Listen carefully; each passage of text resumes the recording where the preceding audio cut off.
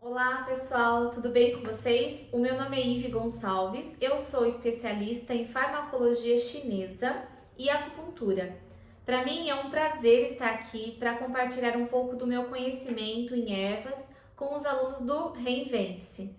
Será então um mini curso sobre farmacologia chinesa, onde eu citarei as principais fórmulas para aprimorar o atendimento online de vocês. Eu gostaria de me apresentar rapidamente a vocês. Atuo há 10 anos na área da saúde, 5 anos já trabalhando com a medicina chinesa e eu tenho um consultório em Sorocaba, no interior de São Paulo. Hoje eu realizo os meus atendimentos presenciais e também de forma online. Então eu tive a honra de participar da primeira turma do Reinvente-se e a farmacologia surgiu então no fim da minha especialização de acupuntura. Foi então que eu passei mais 2 anos estudando sobre as ervas, sobre as suas funções e o uso das fórmulas magistrais chinesas. Eu percebi que era uma forma de tratamento interno, melhorando ainda mais os resultados de quem procurava para fazer acupuntura comigo. Atualmente eu atendo muitos casais que estão em busca da fertilidade, fiz alguns cursos de especialização nessa área e com o conhecimento então das fórmulas, eu recebo pacientes com diversas queixas. Eu gosto muito de educar o paciente, né? Sobre o que ele precisa estar ingerindo e como será o efeito da fórmula no seu tratamento. E é exatamente isso que eu quero passar para vocês. O conhecimento sobre as ervas que juntas elas compõem então essas fórmulas magistrais chinesas que irá aprimorar também no atendimento online de vocês. Eu agradeço muito as meninas do Reinvente-se, pois para mim é um grande privilégio poder dividir aqui com vocês um pouco do meu conhecimento, né?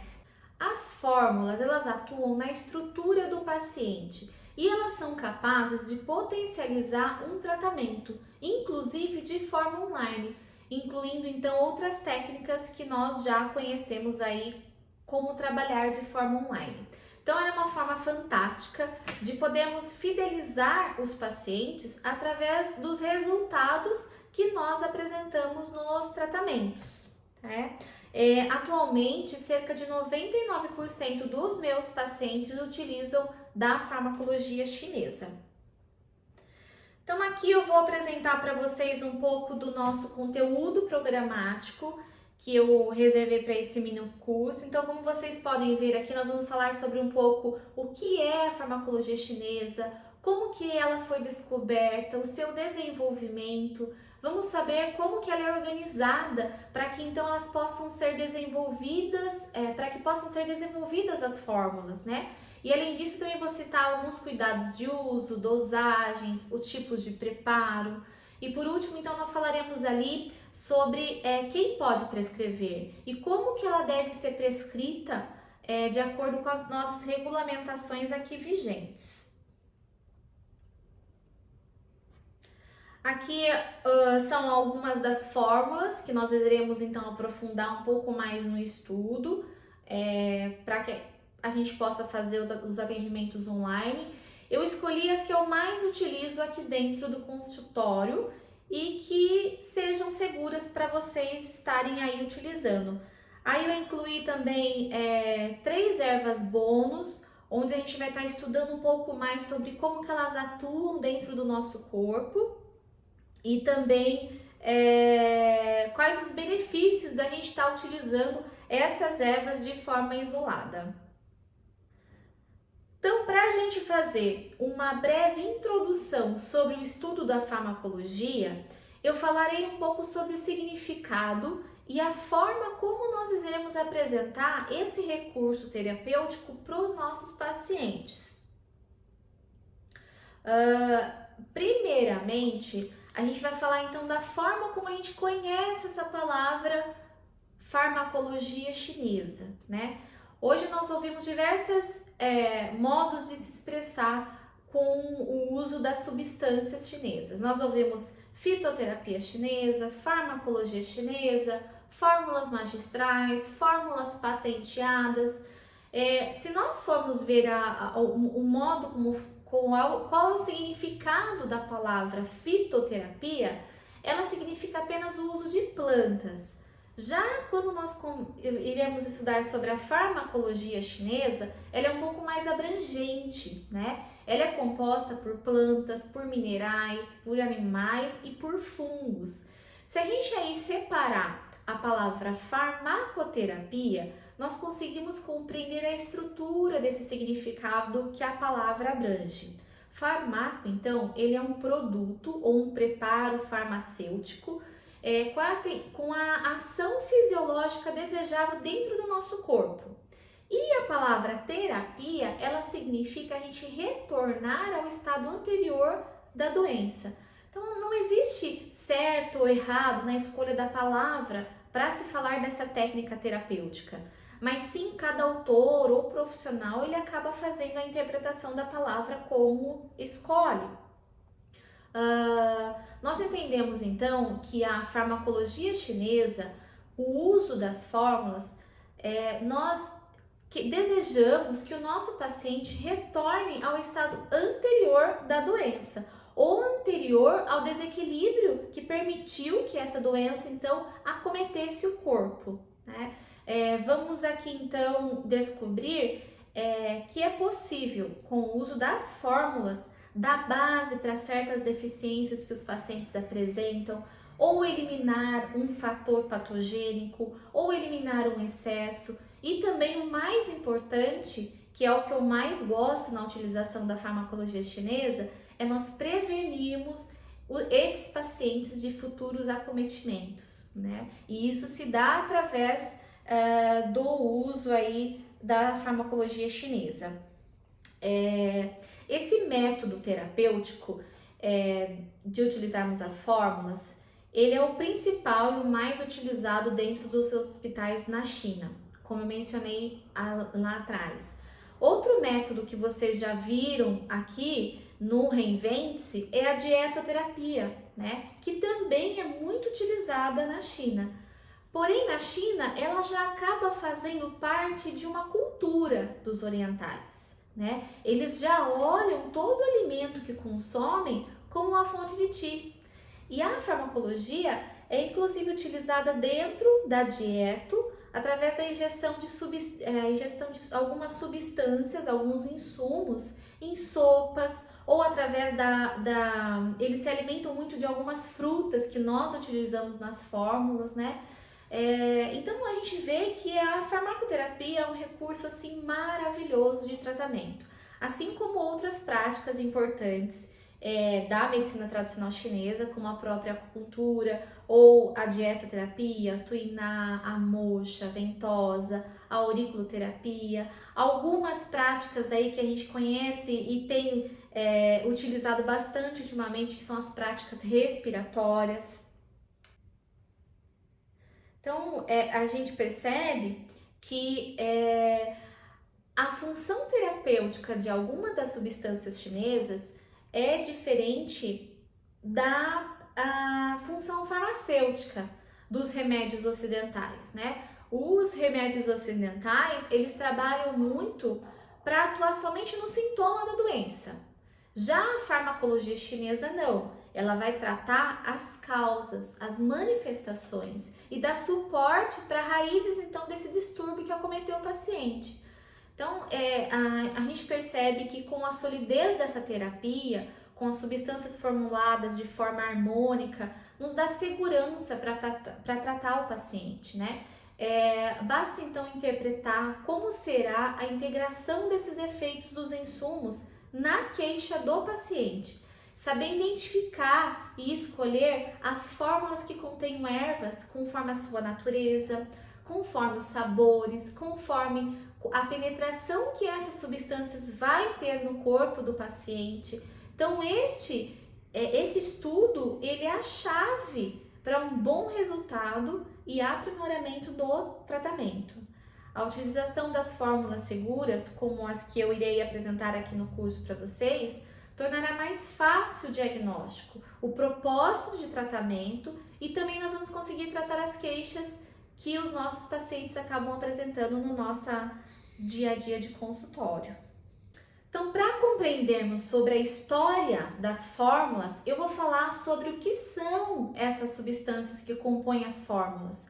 O conceito utilizado é matéria médica chinesa, que é então a denominação que nós utilizamos de forma geral para todas as ervas ou substâncias medicinais destinadas então para a farmacologia chinesa.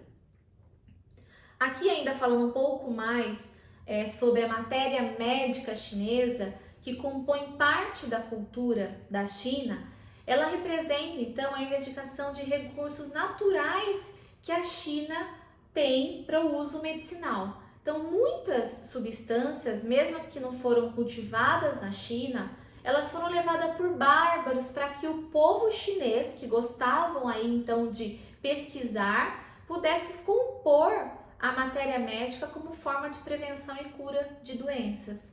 Como eu mencionei, a matéria médica chinesa ela não se deriva apenas de plantas, mas sim também de vegetais e também dos minerais, dos animais, e algumas dessas substâncias, mesmo vindo do reino animal, elas passam por processos para remoção de toxinas, para se tornarem próprias para o uso. E vale ressaltar que aqui no Brasil, os derivados animais são proibidos pela regulamentação da Anvisa. Quando nós formos falar um pouco mais sobre legislação, eu vou mostrar a vocês as normas de uso e as regulamentações vigentes, tá? Então, a junção dessas substâncias que hoje nós vamos estudar fazem parte de compostos prontos.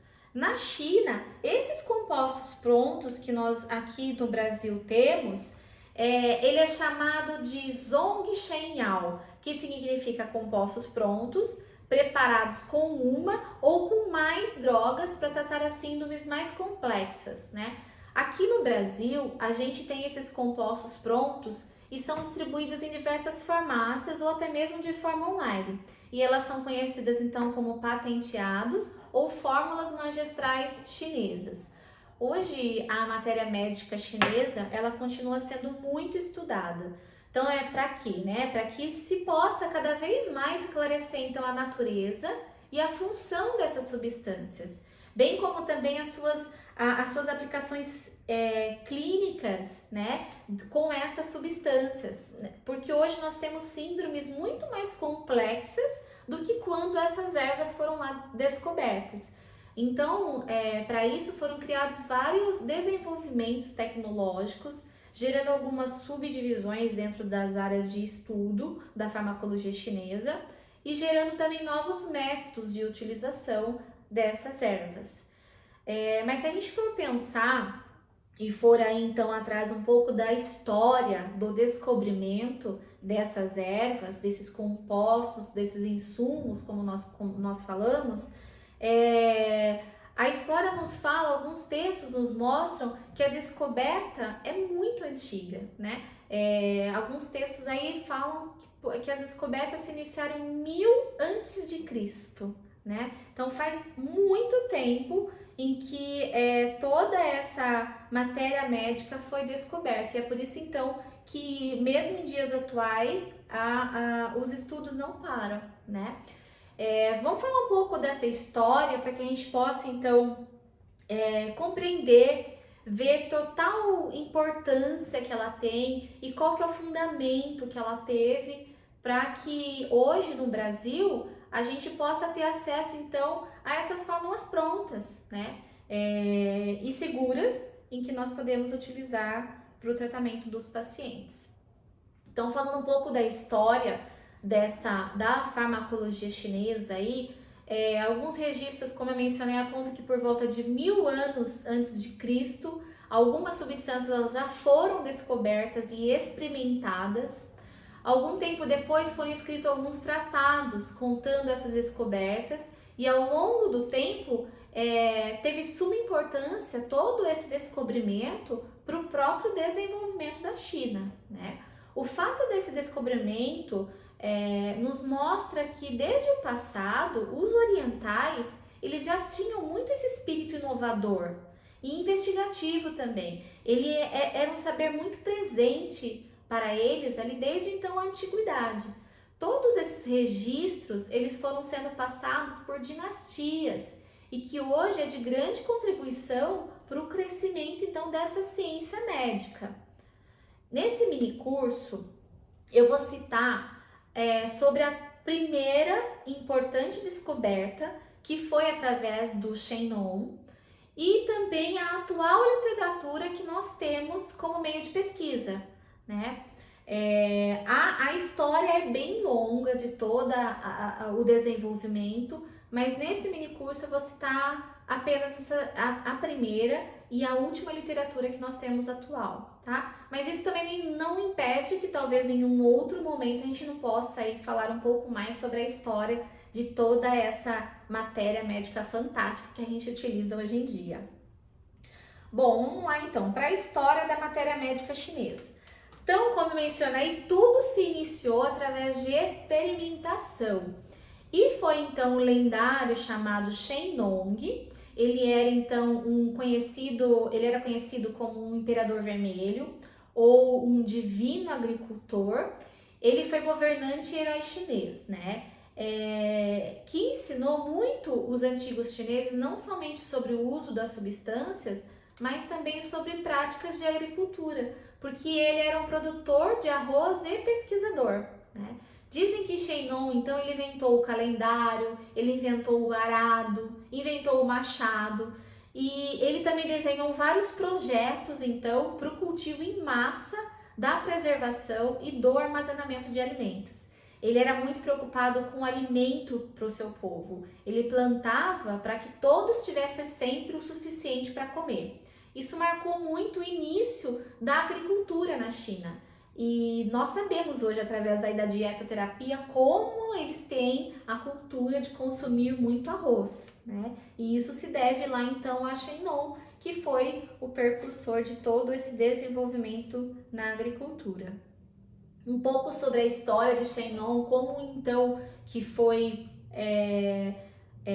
descoberto, né? Todas essas informações, elas foram reunidas num livro clássico chamado Shennon Bencao Jing. A tradução desse livro é Raízes e Ervas do Shennon.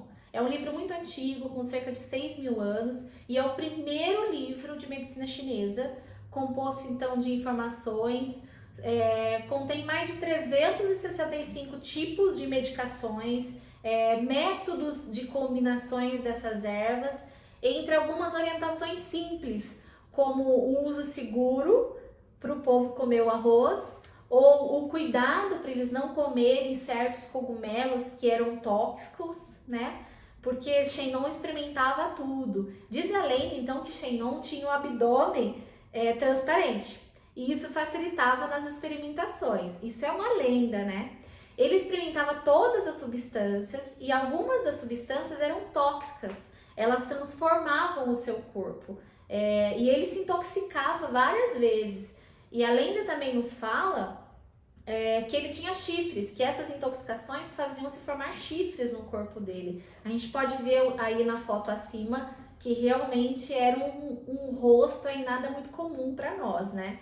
Então foi ele que descobriu também a mistura de água quente com erva se transformava em chá, né? Hoje nós tomamos muitos chás e foi Shennon que fez essa descoberta.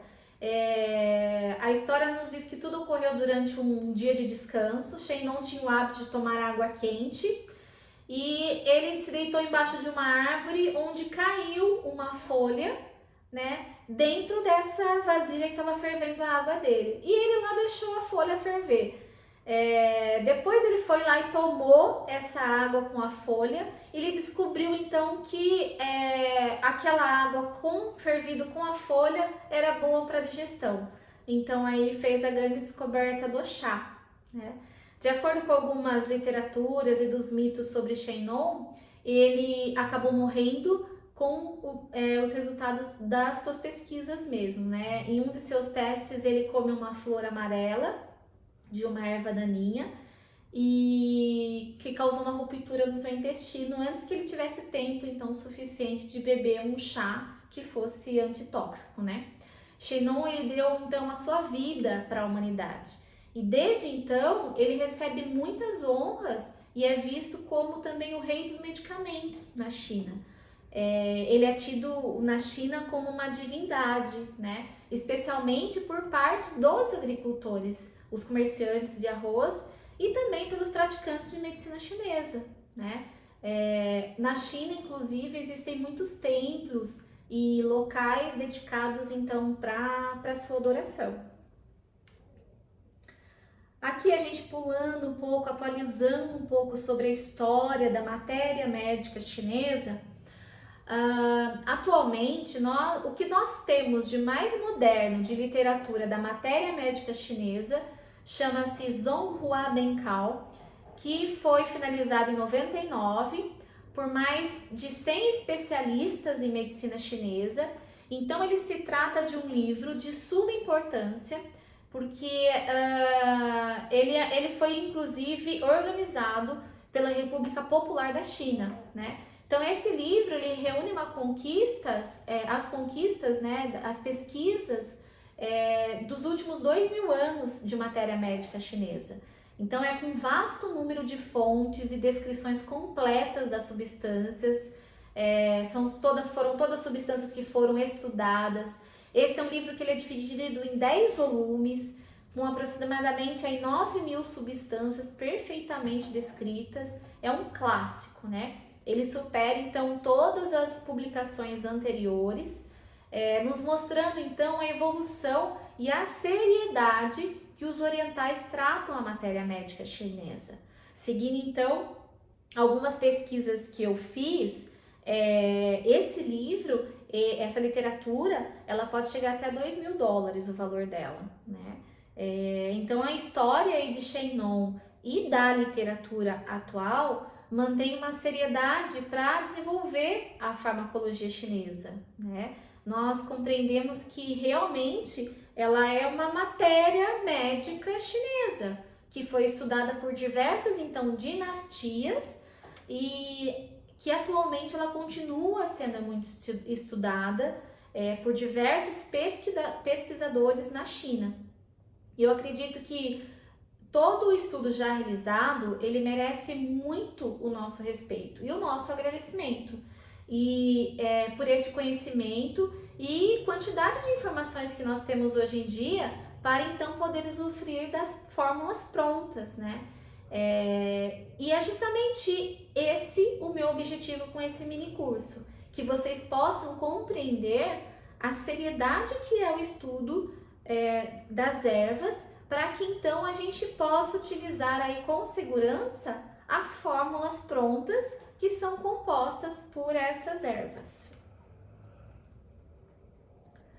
Então aí, como a gente viu que existe uma quantidade muito grande de substâncias, elas são divididas, né? Então existem aí algumas nomenclaturas dando origem às fórmulas chinesas.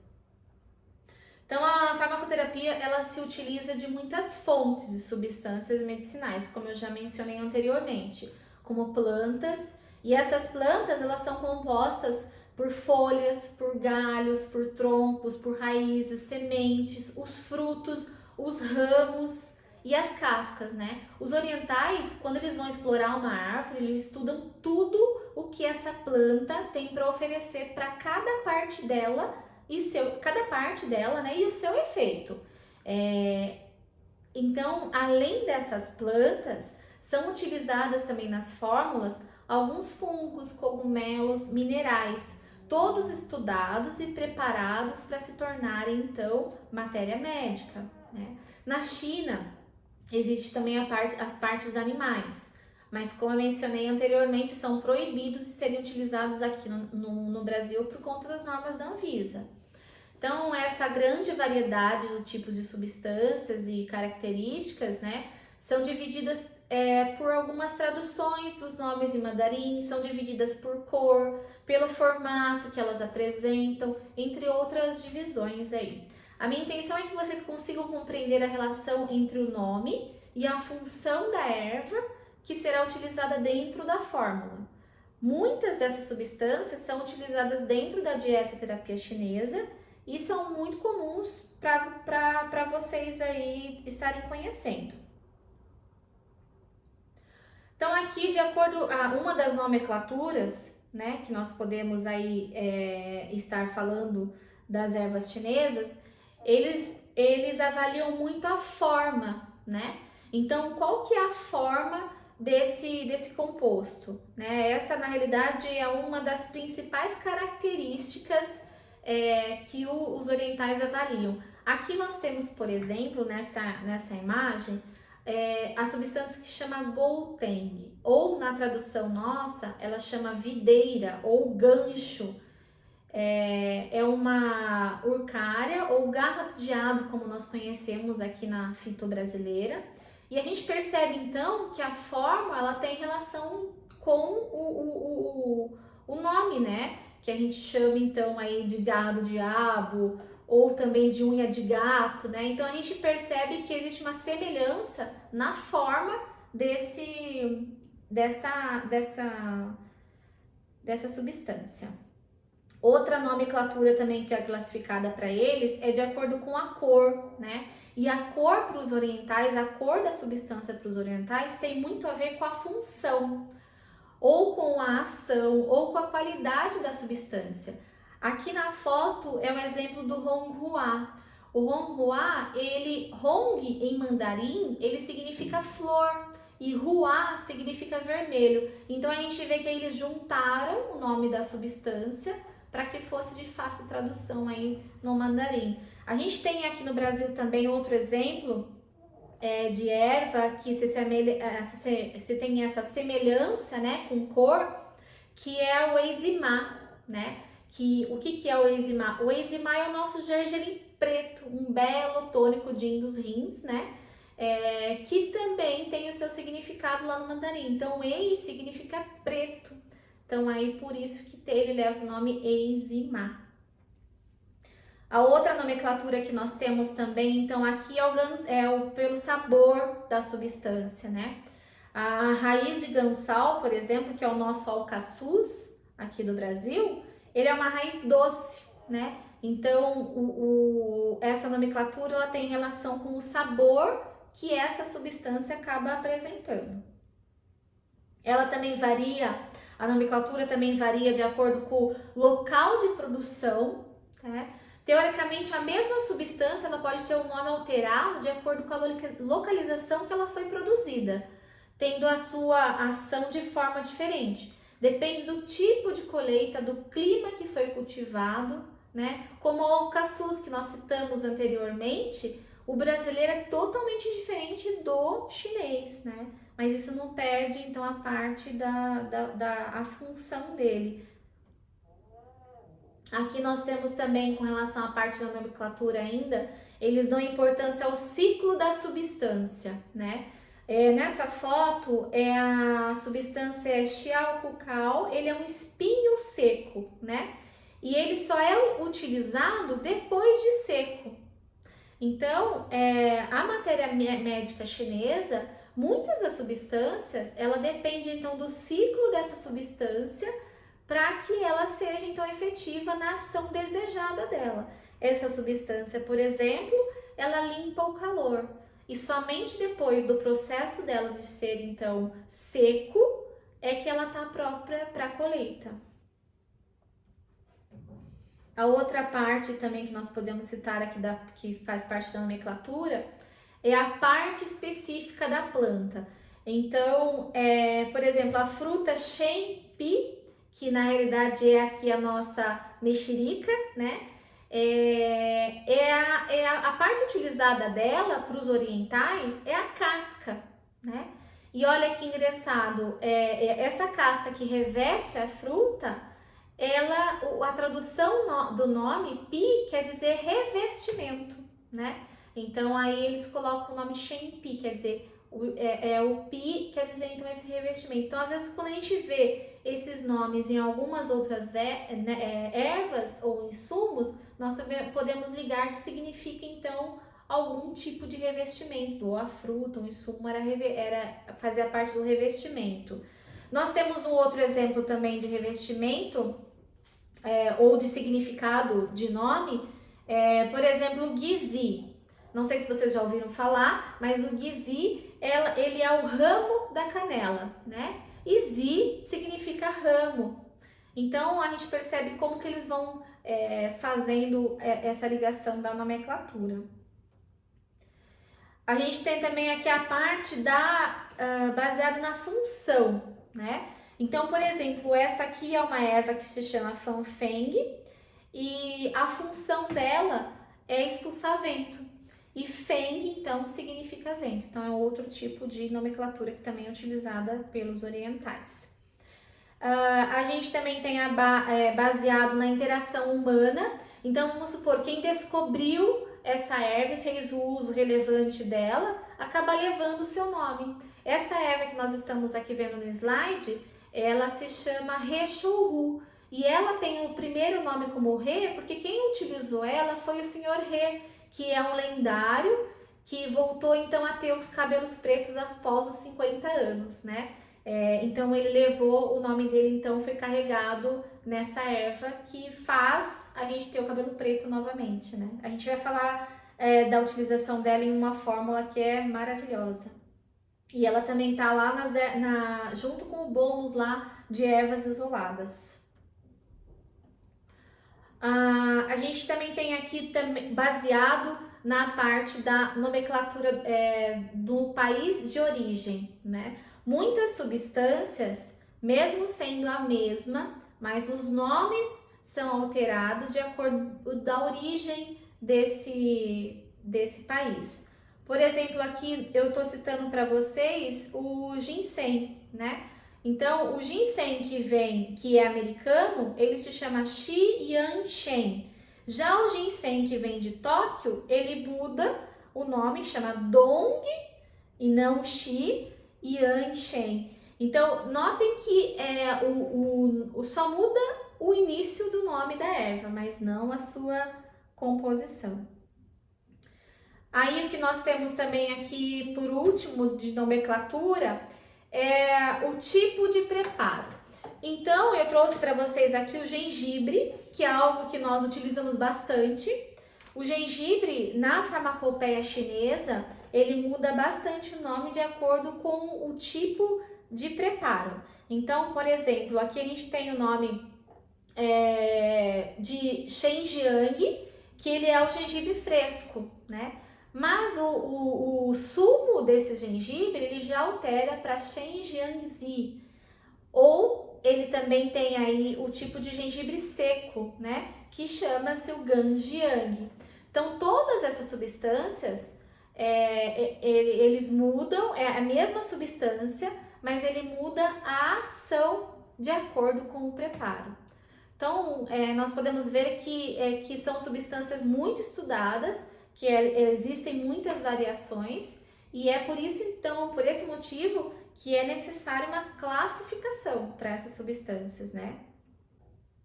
Nós chegamos agora, então, a um assunto de extrema importância, que é a produção da matéria médica chinesa. A matéria médica chinesa que nós vamos utilizar nas fórmulas. E como que todos esses insumos dessas plantas e minerais são coletados para se tornarem, então, a matéria médica, né? A gente sabe que as experimentações fizeram os orientais darem uma atenção a todos os momentos do plantio e observavam muito a interferência da natureza na sua composição. Os princípios ativos das plantas chinesas, eles são inteiramente ligados com as estações. E não poderia ser diferente, já que nós relacionamos muitas patologias, muitas síndromes de acordo com os 5 elementos.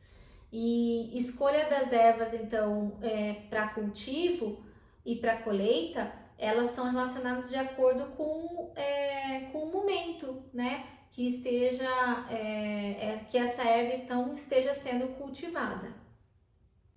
O momento da colheita de certas ervas para compor as fórmulas é levado em consideração, pois garante então a qualidade e a eficácia clínica dessas drogas medicinais. A colheita ela deve ser feita no momento correto da estação. Muitas ervas elas são colhidas de acordo então com a posição lunar, de acordo com a temperatura que esteja no dia, né? Ou seja, diferentes partes das plantas e diferentes momentos de colheita vão interferir diretamente na sua eficácia. As folhas, por exemplo, elas são colhidas normalmente quando a planta ela está no broto ou na sua máxima, então, floração, né? Nós temos aí o exemplo da IE, que é na realidade a nossa artemisia, né? Que ela é colhida normalmente no fim do outono ou após a geada cair. Já as flores e o pólen, eles são colhidos quando a planta ainda está em floração, como botão, ou antes da sua floração, um pouco antes do botão então abrir, né? Já algumas outras flores, aí como a gente tem, que eu citei atrás, o ronguá, ele tem que ser colhido logo que o botão abre, porque é uma flor que ela muda de cor, né? E na realidade a intenção é utilizar quando ela tá aí vermelha. As frutas também, aí eu coloquei uma foto da tâmara chinesa, que nós conhecemos bastante. Então as frutas, elas são extraídas e varia muito de acordo com a sua utilização, né? Quando eles querem utilizar, por exemplo, a semente, espera que as frutas estejam mais maduras, ou quando a utilização forem as cascas das frutas, elas precisam ser colhidas ainda quando não estejam maduras, né? As raízes e os rizomas, que são muito importantes nos tratamentos, pois tratam a base do nosso paciente, o elemento terra, né? Eles são colhidos, então, no momento que essa essência está no ápice. E isso acontece normalmente no início da primavera ou no fim do outono, para que eles consigam, então, absorver a máxima eficiência, né, desse insumo. Aí as cascas também devem ser colhidas, não só cascas, mas também os caules, os cortes de raízes, né, que são colhidos no início da primavera e verão, onde são cheias de seivas, né, e fluidos. E nós temos também então a parte dos minerais. Os minerais eles podem ser colhidos em qualquer época do ano, né? Pois varia de acordo com o seu crescimento. Na imagem aqui eu trouxe o zainal, que é na realidade a nossa cânfora, né? Então essa foi a nossa primeira aula sobre farmacologia chinesa, onde nós vimos um pouco sobre a história da matéria médica, sobre a nomenclatura da matéria médica, classificação e alguns modos de produção. Eu espero então que todos tenham gostado e nós nos vemos na próxima aula.